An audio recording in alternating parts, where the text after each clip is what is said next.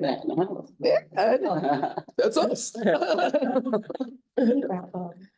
There's coffee and water out. Oh, outside. wonderful. I do. Did you want to start the meeting now? Yeah, she's ready. Let me put it on here. Okay, good morning. Today's Thursday, September the 25th, 2025, and the time is now 9:30 a.m. I'd like to call to order the Alameda County Lead Poisoning Prevention Program Joint Powers Authority. This meeting is conducted in a hybrid format. Members of the public are welcome to join us at the Alameda County Training Center at 125 12th Street, Oakland, or they can join us using the telephone and video conference link provided in the agenda for today's meeting. Deputy Secretary, roll call, please. Okay. Director Miley, Director Gallo, Present? Director, alternate Tony Daysog. Present. Present, okay. Director Tregu, Director Welch. Present. Mr. Chair, you have a quorum? Thank you. Are there any public comments? No public comment? Go, can we, let's go ahead and take us through the consent items.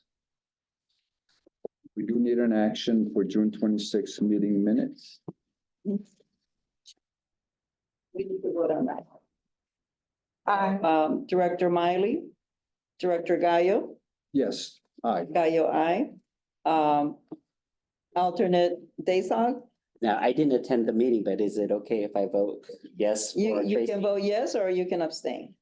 Oh, yes. You need 3 votes? Yes. Yes. Okay. Director Tregu, Director Welch, Yes. Welch, aye. Okay, and that take us to the next item, the director's report. Good morning, everyone. April Williamson, Public Homes Department Director. I have a couple of updates in the director's report. I wanted to report back on a request from Director Arkin on the expenditures for the lead settlement that we have expended so far. So I have an amount through June of 24. We haven't quite closed the books for 25 yet. But Alameda County has spent 3.7 million of the allocated 9.5. We're using that to enhance existing services in the area of, in Alameda County outside of Oakland. Is that a handout that you have? No, I'm just You're reading, reading. I'm just reading notes, but I can email those to you. Okay, go ahead. These services include community outreach, RRP training, and staff to provide services to lead poisoned children. Just as a little reminder for folks, is back in 2021, the County of Alameda and the City of Oakland made an interim MOU agreement in terms of the disbursement of approximately $23.9 million that was awarded to both the county and the City of Oakland jointly, because there's overlapping jurisdictions. We had to have an MOU to talk about how we disperse those funds. So really the funds were dispersed in 3 areas. 20% went directly to the City of Oakland for them to do a couple of things, to hire a consultant to develop a program within Oakland for lead hazard remediation and other lead related services.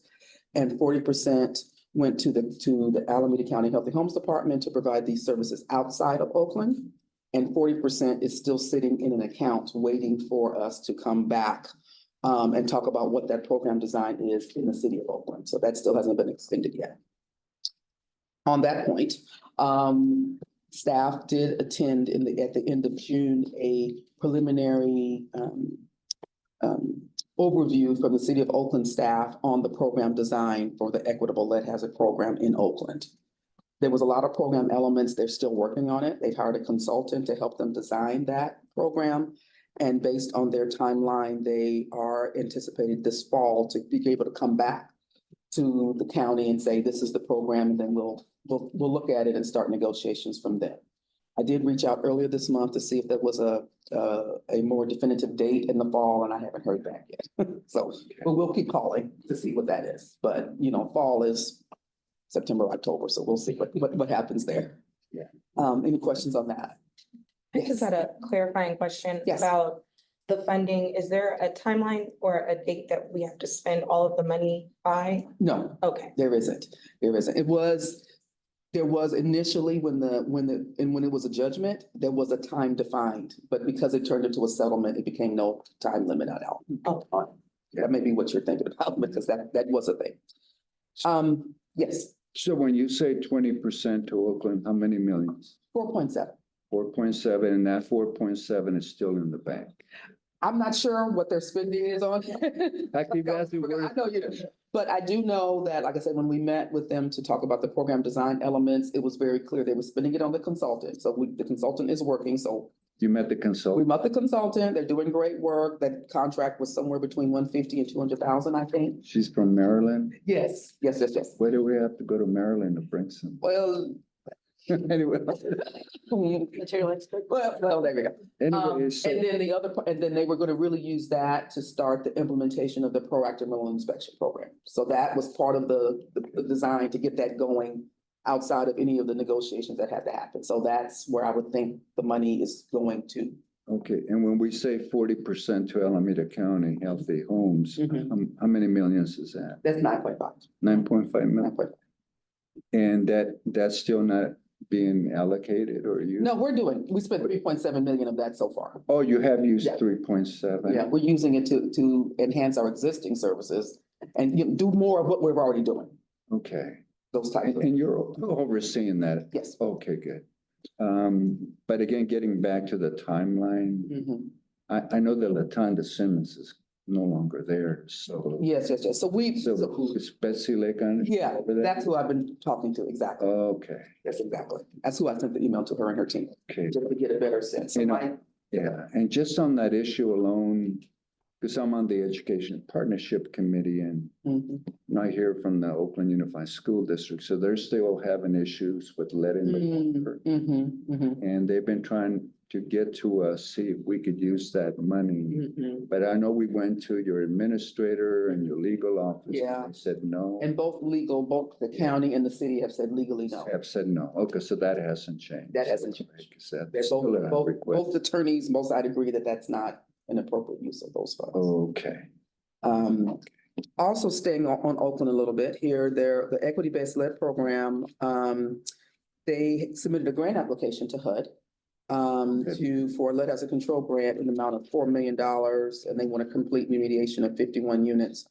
We're waiting to hear what HUD says, right? But if they are awarded, we've already had some preliminary discussions about how we might collaborate, because there is overlap, because we already have a lead as a control grant, which you're all gonna hear about later. So the overlap requires a lot of coordination and collaboration, so that we don't knock on the same doors.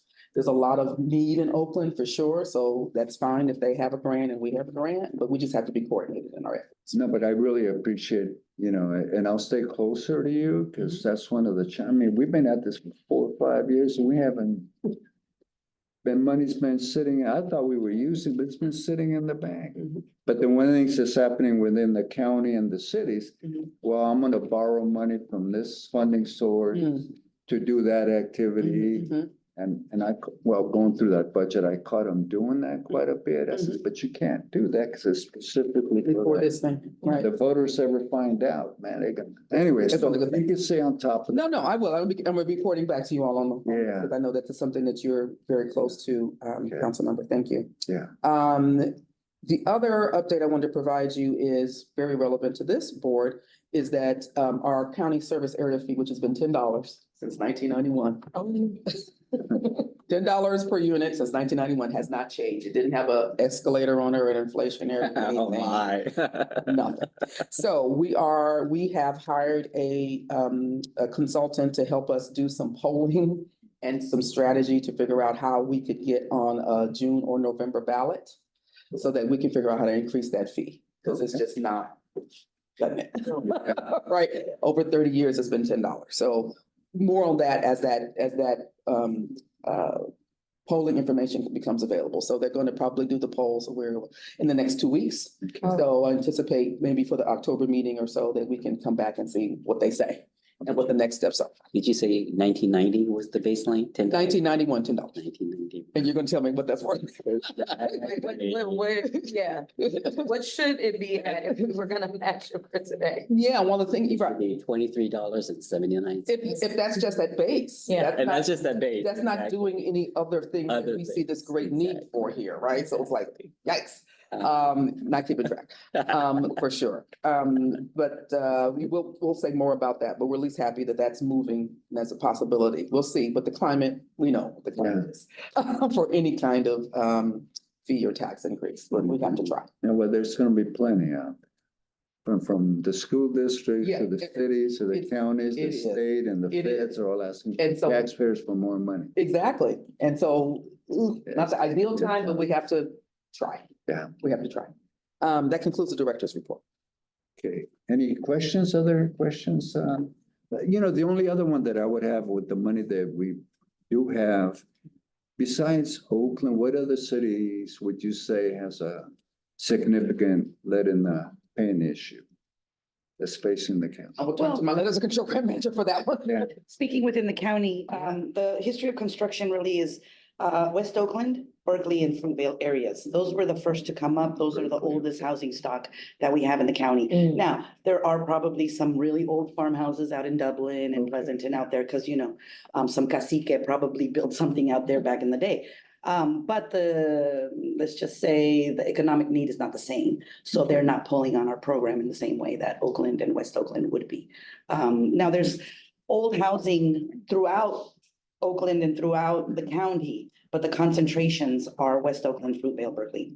Okay, then the other question that Terms of I the have need, for right? you is, Well, in terms of also just like the density of oldest housing, that's one of the first places to pop up. So your oldest housing is gonna come up there. I did have a project in Newark that was built in 1890. That was my oldest Wow, project, so it was, 1890. yeah. So there's still old housing standing around all over the county, but in terms of concentration. Right. okay, so the other question is, and I'm getting calls on this one is, Children's Hospital is reporting kids and children being affected by the lead in the paint issues. Are they reporting? So, Well, the surveillance system that we have is for countywide, except for Berkeley, countywide, Yeah. right? And so we get all the results for any lead levels. So Yeah. it doesn't necessarily come from children's only, it comes from wherever the kid is getting the lead test. And so, unfortunately, over the 30 some odd years, Yeah. the number of children being affected by whatever has stayed at a steady pace. The source is changing, but the number of children aren't. okay, It's but unfortunate, but- you would have those, like, as an example, how many of the children being impacted are in Oakland? Oh, I, Have that we'd information? have to look that up. I'm not. And then what house are we or apartment are we talking about? Yeah. So we can follow up on. Sure. One of the things we're going to start to do, and Rosa is our first program manager is to come back to this board and give a really in-depth presentation about the very specific work. Good. So she's going to start with the lead hazard control work. Good. We're going to have the health services and the nurses come in and talk about the questions that you Yeah. have there, our outreach, so that you get a fuller, more in-depth understanding of all of that. Okay, So those are coming down the pipe, but I'll make a note to make sure she includes that in her presentation. okay. And that came out of with the lead in the water issue, then It- some of the principals came back, well, some of my children, Mm-hmm. came back from lead in the pain. Yeah. in Children's Hospital. So- Anyways, Yeah, but one of the things, and just to make a point about the OUSD, which is really important, is that we are in, consultation with them. They ask us questions about when they're trying to communicate things to the parents and the teachers yeah, as well. And one of our main messages is get your kid tested. We can't do anything without the lead tests. yeah. We really need that test. And then from there, we can investigate, talk to the families, do outreach, lots of different things, but they need the lead test. Okay, thank you. Sure. Any other questions for The our director's report. Hey, welcome. Good morning. Thank you. Good morning. I was listening on Zoom. Great. Oh, good. Great. I just wanted to follow up on my request at the last meeting to distribute information to Mhm. directors about upcoming workshops that we can then include in our constituent Yeah. newsletters. Yeah. Curious, just what's in the pipeline in terms of community events that we should be prepared to let the community know about. We can, I think, Ladise, we can have our community outreach manager and team communicate something to all the directors Okay. in terms of the schedule, via email. will do- We go back to the office. Relay that message. Okay, thank you. Thank you for asking that. Okay. Okay, any other questions? No, well, so this is an informational report. Do we need a motion to approve? No, we don't. Or no? Move on to the next. Okay, item number 5, selection of community. Okay. As discussed during the June meeting, our former community representative, Gwen Hardy, resigned, leaving a vacancy on the JPA board for the lead poisoning prevention program. She served since 1993. Oh, wow. So she definitely made invaluable contributions. She was one of our founding members, actually. Yes. So we definitely miss her. The community representative is at large, non-voting community representative who speaks on behalf of members of the communities served by the lead program, which are the cities of Alameda, Berkeley, Emeryville, Oakland, and the unincorporated areas of Alameda County. The department is requesting your board to assist with nominations for the community representative, okay? The department requests your board select, screen, and evaluate your potential candidate nominees. Another thing that we're requesting is that once you do that, for you to ask for their cover letter, resume, or vitae, and for them or you to send the resume, that information to me by December 1st. By December 1st. Yes, that's a Monday, December 1st. Okay. The nominees will be invited to the January JPA meeting to introduce themselves. After the introductions, the nominees will be excused from the meeting and the board will be asked to vote on the best candidate to serve as the community representative. To assist with your recruitment, I will be emailing you a description of the responsibilities and expectations of the person filling this role in the JPA agreement, which provides a description of the Alameda County Lead Poisoning Prevention Program, JPA, and references the selection of the community representative. That's all I have. Any questions, members? I have one. Is there any type of like social media or like marketing, like a flyer that like we can give to our comms teams, our city clerk? We've got a small team in Emeryville, but they do push out social media recruitment for our own boards and commissions. Is there anything that we could have to give to our departments so we can push it out? I think that's definitely something we can do. This is the first time that we've done. Oh, no, yeah. Never do it before. But no, great idea. All the, Oh, for sure. That's suggestions. a great idea. That's a great idea. We can look at that. That concludes the community representative item. Okay. Okay, JPA meeting frequency for year 2026. Yeah, that's my item. Just wanted to bring to the board's attention, we've noticed that sometimes coordinating everybody's schedule for monthly is challenging. And the bylaws do allow this board to set the meeting frequency.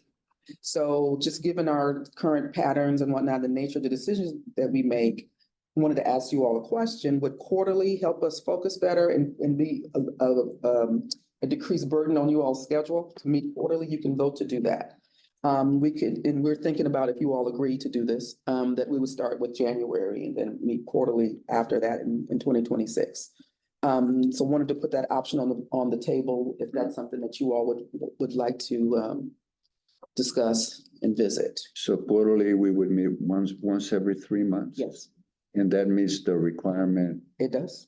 of the JPA. And just based on our actions and the frequency of the work that we do, that would still satisfy. Yeah, You know, so that's good. And the bylaws still allow for us to call a special meeting. yes, that's exactly right. Okay. You sure could. Yes. Sure could. Okay. Something's happening, the CSA Yeah. is doing whatever. Yes, we could. January, would the cadence then be January, April? Right, Lee? That's what it would be, right? What we would do next, if that's something that you're open to, is that next month we would come up with the schedule for the 2026, Mhm. and you would take action on that. If that's what you would like. And it would be at this location. Well, that's also part of the discussion, and that would be, you can have that discussion at the next meeting, to to select to approve the calendar schedule and also the location, whether this still works for you or not. And It's up to your board. so it would be quarterly at 9:30 a.m. Yes, at the location we choose, but this location's. it's available. This is It's available. available, yes. Okay, any questions, members? No, Okay. all right, Okay, so you approve putting it on the agenda for vote next? yes, Okay, Great, thank you. okay, thank you very much. monthly report. So you have monthly report, you have two sheets there. One reflects the fiscal year 2024 to 2025, and the other page reflects the start of the fiscal year, which is July through August, monthly activities. Just wanted to comment on one of the activities that we had in June, actually we reported back in June, where we talked about the East Bay Academy for Young Scientists. They had an event in Berkeley and, at the Lawrence Hall of Science. We connected this community organization with the unincorporated area via the Eden Area Community Coalition. And coming up in October, they're going to be doing a 4-week pilot program with 20 people from the neighborhood. They will be studying lead in the community, with its origin, the environmental justice implications, and developing a call to action. This is the first session, and this will be held at the Eden United Church.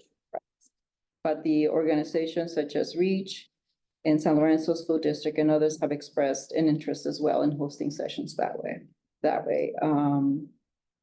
In addition, the East Bay Academy for Young Scientists has been asked to apply for a foundation grant to help support the program. And we are we're developing new leaders, reforming the community and helping people make their homes healthier. That's all I have for the monthly report. That group was very instrumental. I think you remember, Councilmember Gallagher, where they came and presented to this board their findings when they worked in the Fruitvale. So Oh, yes. really excited about them branching out into other areas of the county. So that's great news. Any questions, members? Okay. Yes. Just on the narrative of the list of activities conducted, I noticed Berkeley had 5 housing assessments, and I was curious if that is that seems like a higher number than what I've seen in the past. I wanted to just see how that tracks with historical data. I know they're relatively small numbers, but if there are High any. number for Berkeley for a month? It fluctuates, Mm. It depends on what programs are ramping up. Like, for example, we are doing a lot of lead hazard control projects. I know that we're starting projects, we're doing a lot of projects for, the in-home consultations. So it depends. It's not something that's standard or, it's viewed as high or low. 2 months. July and August. July and August, and it's 2 months. That's Yeah, true. yeah. That could be the difference too. Thank you. And I think that goes back to my initial request, just any kind of narrative that can be provided specific to the jurisdictions we serve, that we can get out to our constituents. Yeah. I think I and they would find value. Oh, for sure. Okay. Thank you for that. Thank you. Thank you. So with that, let's see. Future agenda We items. have a presentation. Oh, I'm sorry. Oh, our number, which number? Number 8. Number 8. Number 8. All right, I'm gonna be sharing a screen. I'm going to share a screen. When she's sharing the screen, I'm going to introduce okay. our presenter here. Rosa is our lead hazard control grant manager. She's got more than 15 years experience leading lead hazard control projects and a little over 8.5 with the Healthy Homes Department doing that work. She's going to be presenting on something that the board has asked for more detail on, which is how do lead hazard control projects work? Right? And what do they look like? What do we do? How does it serve clients? So with that, take it away, Rosa. Thank you, April. Well, good morning, everybody, and anybody who's listening in. I was asked to put together a presentation on how our lead hazard control program works. I can get really far into the weeds sometimes, so don't be afraid to be like, bring it back up, bring it back up. Here is a copy, I think, of our slides. Okay, good. So, as you know, with our Healthy Homes department, we have all these services and programs that we actually provide. Just to get into the whole lead thing, lead is a natural, soft, malleable metal that has many applications. It has been used in paints and other uses as far back as 6,500 years before Christ. So it's been around for a long time. We've been using it for a long time, specifically in paint. But in modern times, specifically, we created something called lead-based paint. You'll see LBP all over the place in this presentation. And it was created to improve, the application of the paint itself, protect the wood, increase the durability of the paint itself, and make colors pop, right? There was all these great reasons to do that. It just kind of poisons your brain. So that became a serious issue. But as you can tell, there was actually a lot of advertising around white lead, making paint last, making paint great. Dutch Boy came out with a campaign saying white lead is good for you, good for your kids. So, that's yesteryear. Here's just some ideas of where other lead hazards can come from. Now you see the failing paint at the very top, that produces dust that gets everywhere. I don't know if anybody's ever had what they call sometimes the Mexican wedding cookies, right? Where they're covered in powdered sugar. And you take a little bite and all of a sudden you're covered in like white sugar, right? That's how that works. When lead-based paint breaks, it drops the dust like that, and that dust is toxic, right? So, but we also can get lead from glazed pots, as you can see, and as it happens, we understand a lot of Mexican pottery to have glazes and stuff, but that one in particular there is Portuguese. So it really is an issue everywhere. It's not just certain types. That makeup you see there is called kohol, and sometimes it's called surma in different parts of the world, but it's been known to have heavy lead in it. The soil can get lead from, old gasoline that, used to be leaded. Solder in the faucets, spices, bullets. They actually took lead out of the bullets and then they put it back in as if a projectile wasn't dangerous enough. Now you got to get poisoned on top of it. Well, the thing is, it was poisoning other animals that were eating animals that got shot with. So it had this chain effect. Spices, some foods, those are actually chapulines, they're crickets, and they're a delicacy in Mexico, but they've been known to have lead. Candies with specifically the dried tamarind and the dried chili, those tend to be, really kind of high in lead. And we got toys, and now you see a really old toy, but you also see new toys, right? Because lead gets used all kinds of ways, again, because it's cheap. Now, in 1978, the U.S. Consumer Product Safety Commission bans lead-based paint. And basically, you can't use lead in consumer goods and children's products because before that, it was okay. So now, generally speaking, anything built before 1978 can be presumed to have some kind of lead. Generally speaking, anything built before the 1950s has a lot of lead, right? Because paint did change throughout the years, technology with latex and stuff. So some of that started diminishing on its own, but it wasn't until 78 that it was fully banned. So anything before pre-78 is considered to be high risk, right? Especially the older it is. And lead hazards remain as an equity issue because there's a lot of issues around deferred maintenance, landlord neglect, improper DUI, getting, improper labor and improper cleaning. So there's all these ways in which kids end up really, specifically kids. So this is actually a project that we did, just so you can see, this is what a really severe failing paint looks like, right? So when lead-based paint is intact, it's actually okay, there's no hazard. It's when it starts to fail, that's when we get that cookie effect, right? Where that lead dust goes everywhere. Now, we know that lead is heavy, right? Because if I told you I got here and I had to use my lead foot because I was running late, you know that I was hitting that gas heavy. If I told you my eyelids feel like they got lead in them, you know I'm tired, right? We know lead is heavy. We have some ingrained knowledge about lead. And so that lead dust does hit the ground. It does hit the surfaces. It doesn't just kind of dance around in the air the way asbestos can, but it is still a very serious hazard. Now, to be clear, lead isn't the only hazard in failing paint. Now, new paint isn't zero lead. There's hardly really ever any zeros.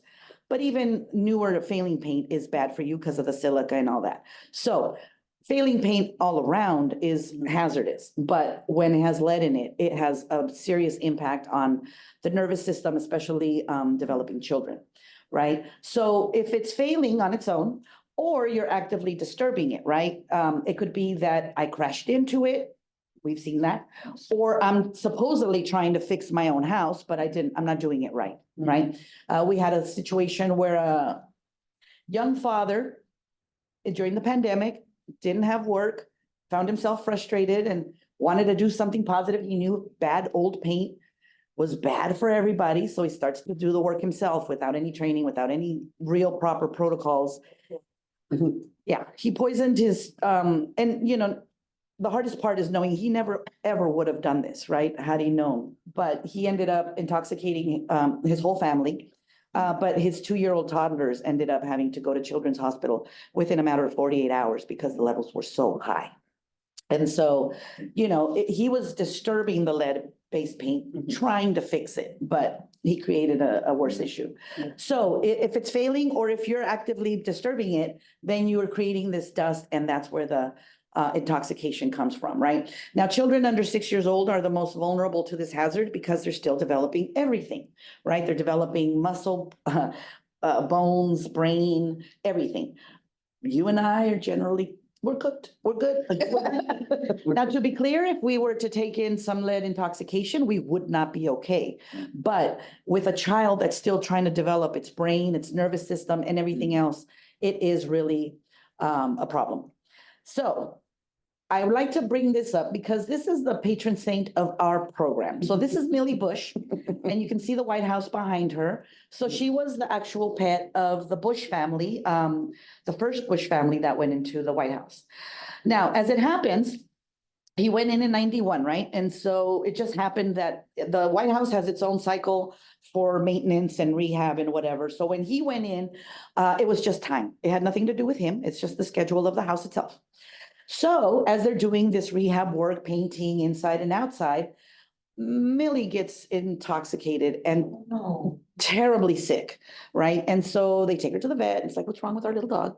And she's a cute little dog. I mean, I think that's a sweet little dog. I think it's an English Terrier? It's a type of spaniel. It's a type of spaniel. Oh, the ears, yeah. Yeah. Yep. And so anyway, so we find out that Millie was highly intoxicated with lead. And so Bush had the brainchild thinking, well, if this happened to my dog, what's happening to the kids out there? And now we have a lead hazard control program. So Millie really did take it for us. Unfortunately, our pets and our kids are the Canaries in the coal mine. canaries in the coal mine. Sometimes we don't know we have a hazard until they've been tested. You sure that they haven't checked Donald Trump? It could be, it could be. The general levels of intoxication or lead hazard that, you know, or lead in your blood that was considered okay back in the day was remarkably high. So, yeah, it could be. Now, with the lead hazard control housing program that was developed, what they were really shooting to do is they wanted to control housing-based lead hazards, right? At that point, we didn't really have a lot of ideas of cultural lead hazards, right? We weren't there yet. It defines what lead-based paint is, right? It enforces, now the EPA basically sets all the standards, but we have to, you know, comply with HUD because they enforce those levels. They focus on pre-78 housing, children under 6 years old, and low to medium income housing. So here's a project that we had on Church Street. This is Miss J. And Miss J is an older woman with various medical issues. She was actually, as you can see, having severe failing paint issues. And so the city of Oakland was already kind of ready to come down on her and start fining her for this hazard. As it happens, she had joined our program, and because we were able to coordinate the different things. And you can see a gentleman at the pointer doesn't really work on the screen like that. But you see the gentleman on the lower right-hand corner taking the picture. Yeah, that is one of our housing specialists, Mr. Coulter. He's actually one of our more experienced environmental hygienists. And he was able to coordinate with the contractor to make sure that the paint permit got pulled from the city of Oakland, because as you know, they have a paint permit now.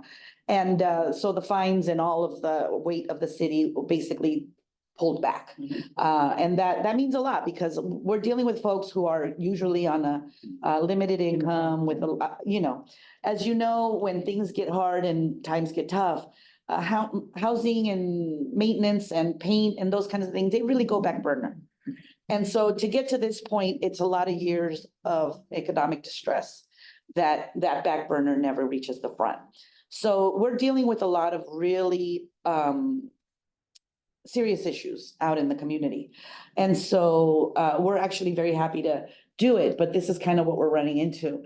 Here is Miss H on East 22nd Street. Now, these are both Oakland. Now, this house is actually, as you can tell on the upper right-hand corner, it starts on one level. And as the terrain goes down, there's actually the second level on the back. You can tell that there's no stairs really. There's some stairs there at the bottom. And it used to be an old porch that was there, but this house, it was in serious serious issues. We basically had, we changed a couple, is this where we changed the windows? I believe we changed the windows in the previous project. Or in this one. Well, we changed windows. As you can see, there's a lot of issues here. Open siding, I mean, anything can get in there, from extreme cold, weather, pests. And so, as it happens, the owner was already working with structural engineer to deal with those back stairs. And frankly, we probably couldn't have done that with the program, because that's an expensive work. Right? But we were able to still do work. Now, just to explain how the project actually runs, basically there's some requirements, the protocols of lead work, safe lead work, right? And so this is some materials that I pulled from our training. I used to do RRP training. And so here you see some illustrations of what containment looks like. So you're supposed to put down thick plastic on the ground to capture any debris, any dust, any hazard you're creating. You may need to block off windows, all this stuff. And then I actually managed to get the little doll to show ladder safety, because that's actually how you're supposed to put down a ladder. You put your feet at the bottom, and as far as your arms stretch out, that's the angle you need. You're supposed to have warning signs and everything. Basically get people to stay away if they're gonna come in near, especially if you have like a pregnant woman. You don't want her, 30 feet into the property and the project to go, oh my God, I shouldn't be here. We actually also require personal protection equipment. This is, Tyvek, full, coveralls. There's different types of masks, and they're called half mask respirators, right? There's the disposable kind, but there's the kind where you can change the cartridges. They may need to cover entirely, and depending on the type of work and amount and the space, they may need full decontamination stations. But generally speaking, the workers do need to be protected. The work itself is actually called paint stabilization. And so that's when you basically take failing paint off of the substrate, whatever the base is, and you do it so that you can paint over it. Because as you saw the images earlier, you couldn't paint just over that, right? All of that would be just as bad. So this is a classic scraper, a classic tool of our work. And yes, it really is that old fashioned. We were just really scraping off that old paint. And so it gets captured, as you can see. There's all kinds of containment. There's all kinds of PPE. At the bottom right, bottom left, you can see that there's a hose attached to what's probably a grinder. And so that's a requirement to capture if you're going to create that level of dust. Right above that, you see somebody spraying as they sand, that's working wet. And that's to suppress the dust, right? Again, make it heavier to make it come down. But it's really those paint chips and that kind of dust and the stuff that ends up at the bottom. Those are the hazards. And so there's a specific way on how to handle and manage contaminated waste. And you see at the lower right, that's a bag that has been goosenecked. Now that's all part of the training, but there's specific ways even in which to deal with the hazards that you create. The debris, right, as you're talking about? I'm sorry? To deal with the debris? Correct. Okay. Correct. Everything that you basically scraped off. Yeah, so now once the old paint has been stabilized, we paint, right? And so we paint inside, we paint outside. There's all kinds of different ways to go about it, right? There's rollers, there's spraying, there's getting on top of the roof. And our guys really do all of that. So, you know, those dormers, that's a nice big door, you know, that's actually a whole room. But there's a lot of little dormers on the top of old Oakland housing that is really precarious. Yep, our guys are all over that. So this is now that house that we looked at that goes from high, you know, that goes from the ground to a high back. So this is the process of it being primed and then what it looked like when we finally finished painting it. Now, once the work is done, cleaning and decontamination is an important part of the work, both on the inside and the outside. And yes, you can see the doll, it is a doll, but he is cleaning the plastic, right? So they don't just capture the debris, they actually clean the plastic before they remove it. You can see it's been taped up against the wall. So there, and that vacuum would have to be a HEPA vacuum, so as to make sure to capture everything, right? And so the thorough cleaning of, you know, post work is really, really heavy. Because we're supposed to reach lower levels where we can do clearance testing, right? So once the work is completed, everything's been cleaned, a certified professional will go and take dust samples. We did testing in the beginning part of the project to know where the lead-based paint is and where the hazards are. And so now the clearance testing tries to replicate to make sure we have something to compare to, that we've lowered those levels. Now, when clearance is achieved, when we hit those below those levels that have been set. Now, the clearance and dust and hazard levels, all of that has been changed by the EPA in late 24. HUD doesn't expect us to comply until January 26. Generally, everybody has been kind of given notice. Largely, it's the labs. But with our work, it's the contractors that we have to get used to the new levels, right? They give us a year to adjust. Now, with the lead hazard control program, there is also what we call healthy homes work, and it comes along, right? It's designed to reduce hazards in the home that are not lead-based paint. Now, the HUD has actually put out these 29 hazards that we actually use as a guide to determine whether or not we can do work in the house. HUD has the 8 healthy homes principles that kind of umbrella a lot of the different things that we have broken out in the 29 hazards. It's called the effect of the defect, right? And so it could be excess mold, excess heat, excess cold. There's like 4 different fall categories, from falling off stairs, falling in the bathroom, falling split level, falling same level. So we try to deal with all the different hazards that we can. Again, we're finding homes in such a state of deferred maintenance that we really are not able to address all of their issues. But one of the things that we're able to do is assess all of their healthy homes hazards and grade them to give them a sense of what's more immediate, what can come next, what can wait maybe for the next maintenance cycle. And that's part of the education we also offer.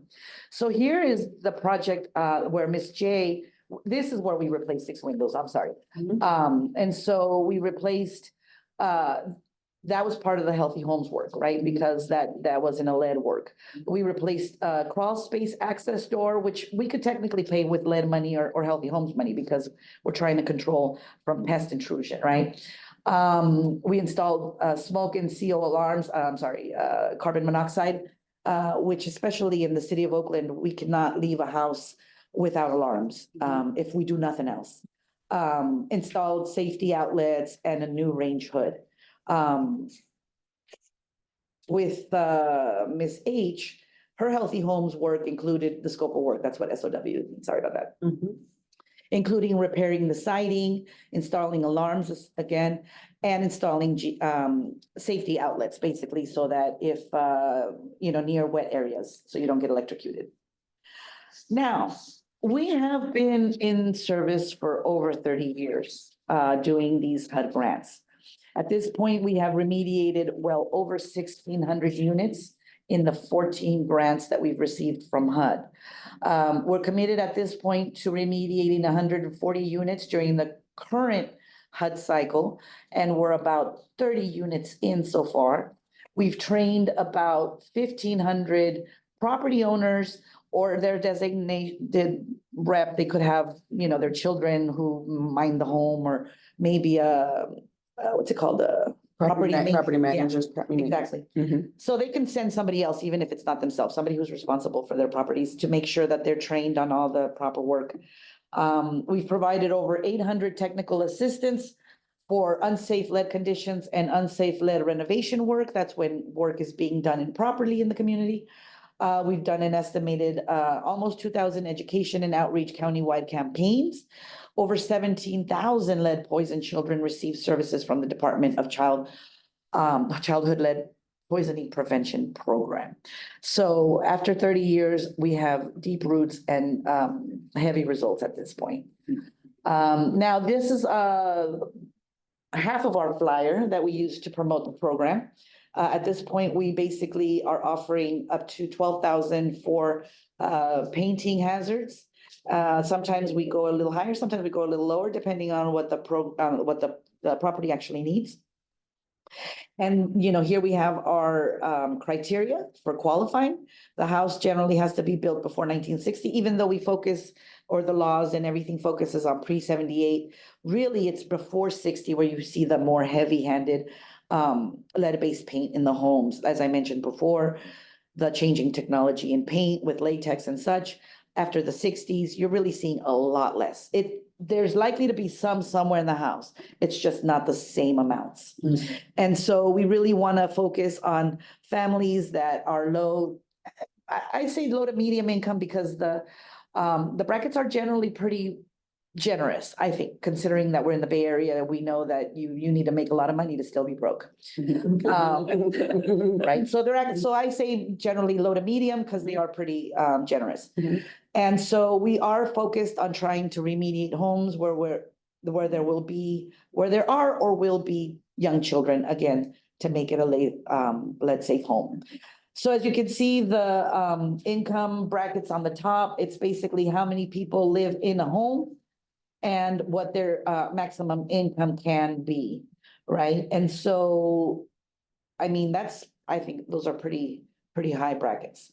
So that's basically what our flyer looked like. I know we have some to hand out if you'd like. There's some flyers. In the packet. So that's the basic rundown of our program, and I'd like to open it to questions if anybody has any. Members, go ahead. Okay. No questions? Yes, go ahead. Yeah, thank you so much for this Really. presentation, Okay. and all the work that you do. So my questions are, this is the Alameda County Healthy Homes Department. So what I was wondering about is the linkages. For instance, when you had the slide of your plan for, or the work you've already done. Oh, yeah. Are planning to do. What is the split between unincorporated Alameda County and jurisdictions that are paying into this JPA? Can you speak to the collaboration that you have with individual departments, such as in Berkeley, it would be the Health, Housing, and Community Services Department. So yeah, just trying to understand.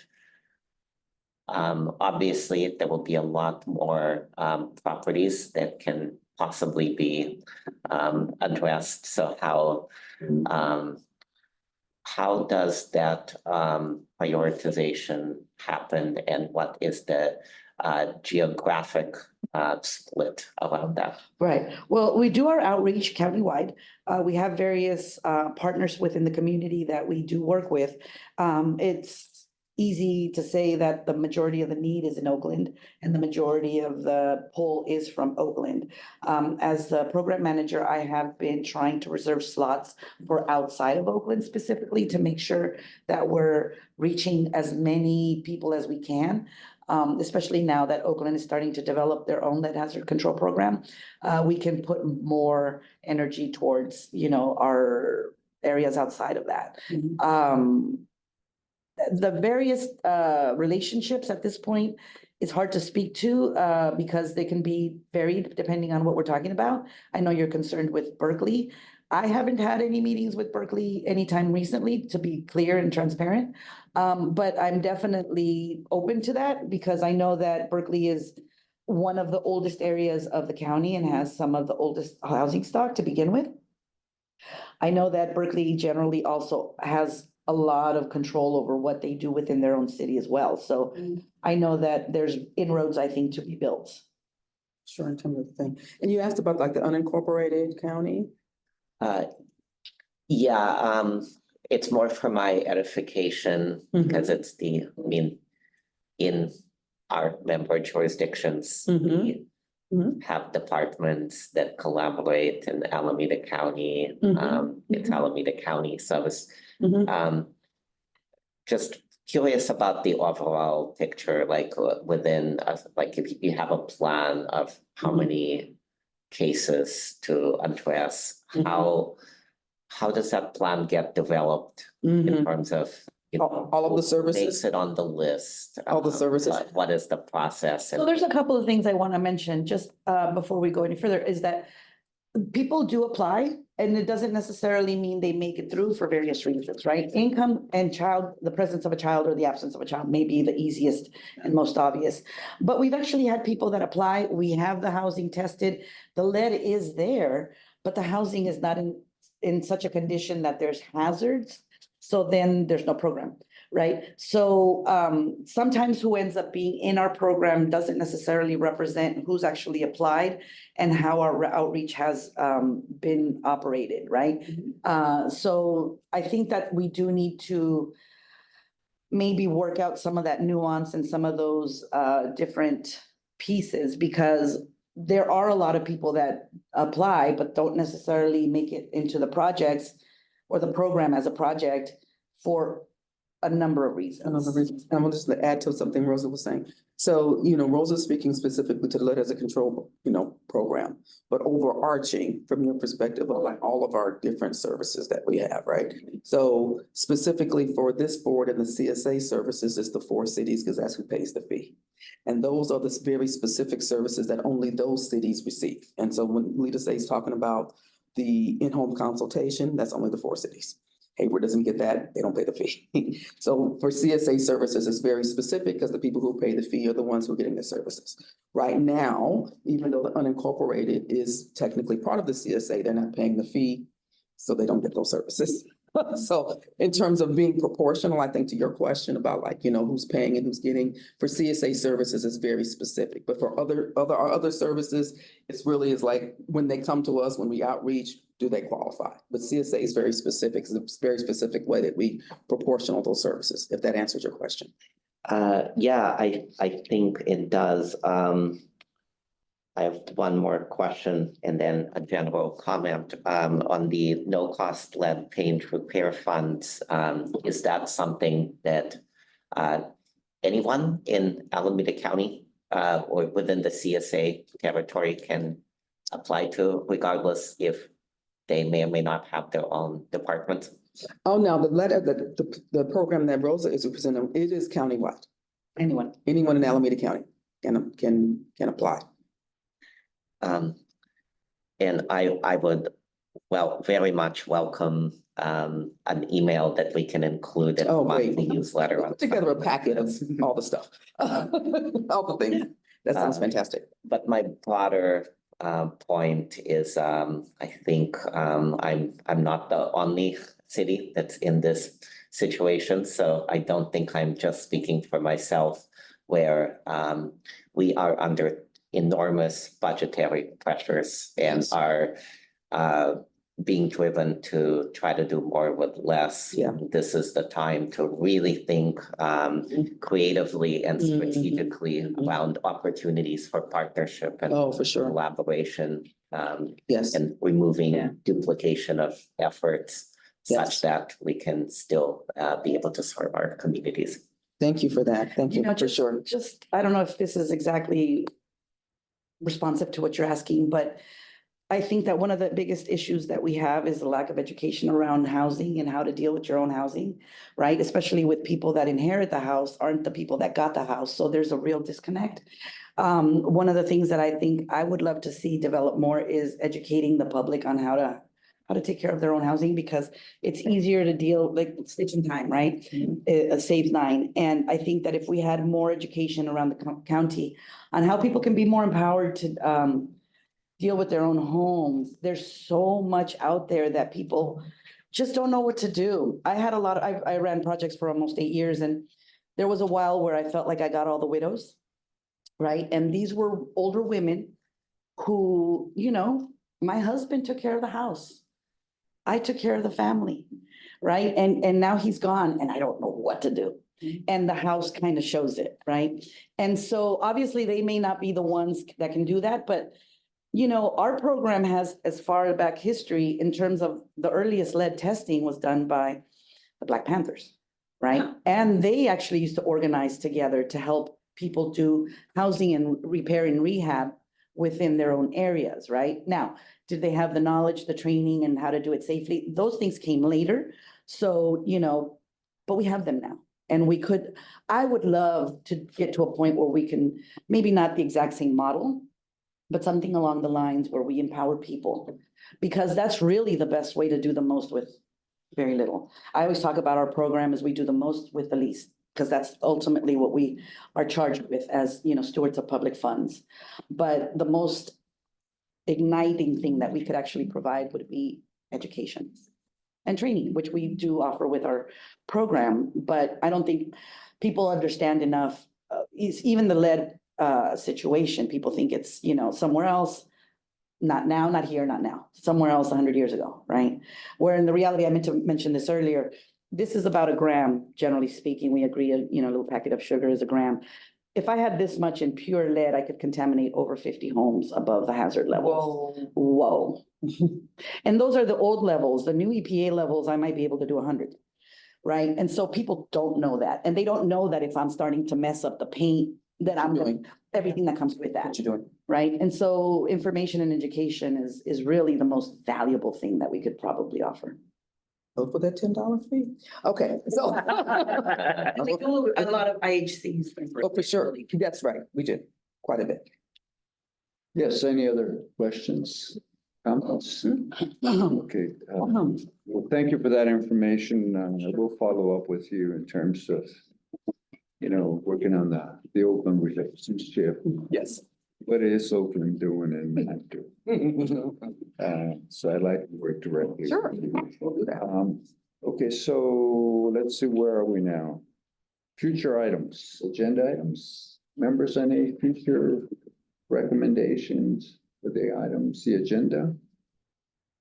Any announcements from the directors? No. Any other administration, any other requests?